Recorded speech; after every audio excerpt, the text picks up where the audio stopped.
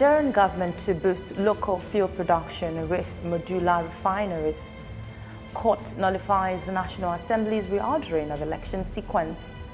National Assembly leadership visits Dino Melaye in hospital. United States accuses the federal government of failing to stop impunity and human rights abuses. While ahead of the Russia 2018 World Cup, Super Eagles handler excited about top strikers' form. These and more stories in a moment.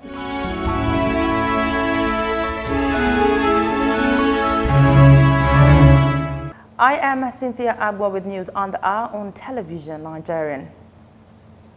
The federal government has restated its commitment to boosting the production of petroleum products by establishing modular refineries in the country.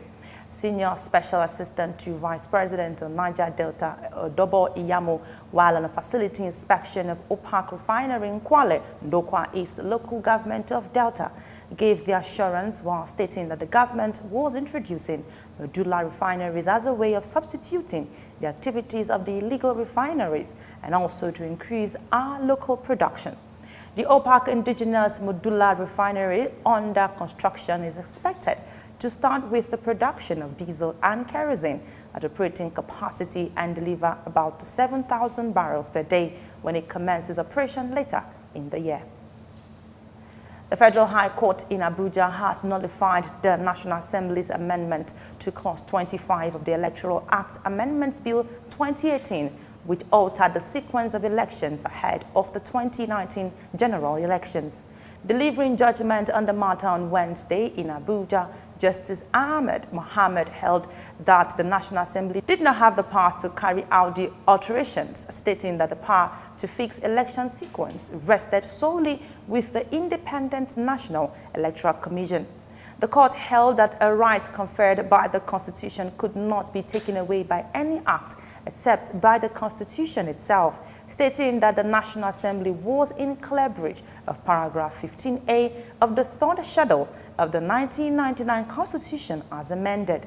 Counsel to the National Assembly, Sebastian Honorable San, however, said that the Assembly would appeal the judgment of the trial court. Meanwhile, the Senate President Bukola Saraki led other senators to the National Hospital in Abuja on a visit to embattled Senator Dino Melaye, who is on admission at the hospital. The senators had earlier suspended plenary in respect of the travels of their colleague with law enforcement agents and had arrived at the hospital in a convoy of buses on Wednesday afternoon. The lawmaker representing Kogi West Senatorial District, Dino Melaye, ended up in hospital on Tuesday after allegedly jumping out of a moving police vehicle, which was conveying him to Lokoja, Kogi State, to answer charges in connection with allegations that he supplied arms to thugs terrorizing the state, as well as other charges. Still to come, United States accuses federal government of failing to stop impunity and human rights abuses. More reports after the break.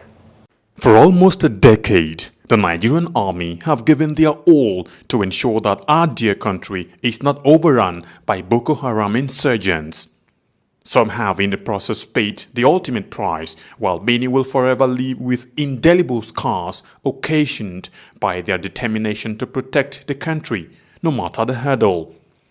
Despite these, they have remained resolute and undaunted, and today, all territories the insurgents once took control of have been recaptured and normalcy restored. And now, for the first time in a long time, the end of Boko Haram is foreseeable. Therefore, the wisest thing for the remaining insurgents to do is to surrender today or face total destruction from the army.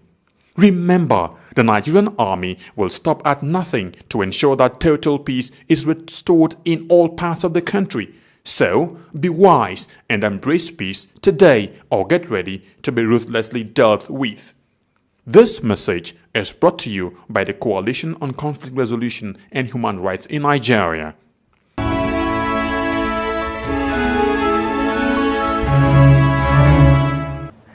Thanks for staying tuned. The United States government has released a report accusing the Nigerian government of failing to adequately investigate and punish persons responsible for widespread human rights abuses and impunity in the country.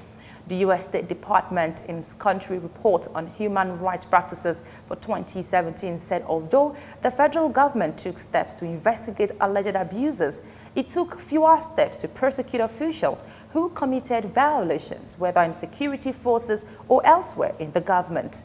It further alleged that the outcome of investigations into reports of extrajudicial killings, unlawful detentions, and use of excessive force against protesters were not made public, adding that the Nigerian government failed to tackle decisively cases of arbitrary deprivation of life and other unlawful or politically motivated killings.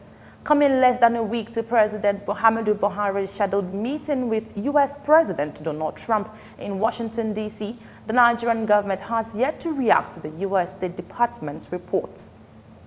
Moving on to the foreign scene, France's government has unveiled a series of measures against sexual violence, including on-the-spot fines for sexual harassment on the street and extended deadlines for filing rape complaints.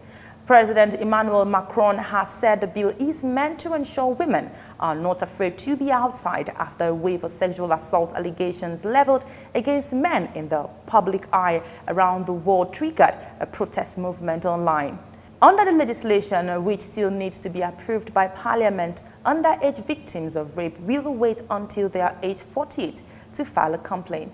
The law will also set age 15 under which one will be presumed not to have agreed to having sex with someone aged 18 or more, a move which France's Gender Equality Minister Marlène Schiappa says will facilitate rape prosecutions. Welcome to Living Treasures Academy. Enjoy a conducive and serene learning environment. Qualified and experienced teachers, equipped computer laboratory and library, secured atmosphere, extracurricular activities, an all-embracing curriculum for total development of the child,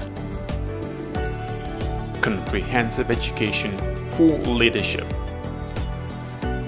Join us today from crèche to secondary levels.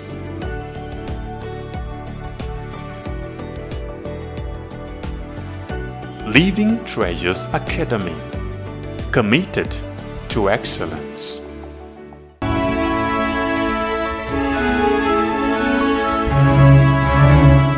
In sports, Super Eagles manager General Ross says he's happy with the form of the strikers he intends to pick in Nigeria's provisional World Cup squad list, adding that he is not worried about that department. The German tactician is particularly impressed with the forms of Chelsea's Victor Moses, who had a hand in the 3 goals in his last 4 matches for his club in the Premier League, as well as Leicester City's Kelechi Iheanacho. The top form of Chinese-based striker Ojong Igalu, who bagged a double brace last weekend, also raises the hopes of the Eagles tactician, as well as Arsenal's Alex Iwobi, who has been starting games for the London club in the English top flight. The German coach says he is optimistic that with the top form of these formidable strikers, the team will be able to score goals at the World Cup tournament in Russia. To end the news, a look at the major stories. Nigerian government to boost local fuel production with MODULAR refineries. Court nullifies National Assembly's reordering of election sequence. National Assembly leadership visits Dino Melaye in hospital. United States accuses federal government of failing to stop impunity and human rights abuses. And we brought you a report that Super Eagles handler is excited about his top strikers' form ahead of Russia 2018 World Cup. That's the news on the hour on television Nigerian, and do remember that the most truly generous persons are those who give silently without hope of praise or reward. Thanks for watching. I am Cynthia Agbo.